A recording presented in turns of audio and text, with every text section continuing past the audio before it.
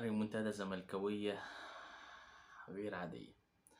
أوسيرو النهارده بيفاجئنا كالعادة بخط نص يعني بسم الله ما شاء الله كده، يعني يستحق الدفن. رؤى والسيسي اتنين مع بعض كده في نص الملعب. بصراحة يا جماعة كنت يعني ايه، كنت بعذر الناس اللي بتتفرج على الماتش بصراحة من اللي هيحصل لهم من الثنائي ده. يعني بسم الله الرحمن الرحيم. على فكرة المشكلة مش يعني الهدف الأول، أو ممكن يكون غلطة محمد صبحي، وانا بلوم محمد صبحي على الجون، والجون التاني ممكن يكون غلطة عبد الغني. بس المشكله الاساسيه عندك في الشوط الاول كلها ان انت مفيش خط نص. انت الفرقه بتلعب، الفرقه اللي الفيوتشر ماسكه نص الملعب بطريقه غير عاديه، ومثلثات ومربعات، وانت عندك اتنين في نص الملعب. مفيش في اختلاف 180 درجه لما نزل فتوح الشوط التاني. ف...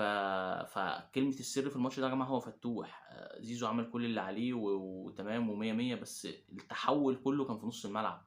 الأساس كله نص الملعب.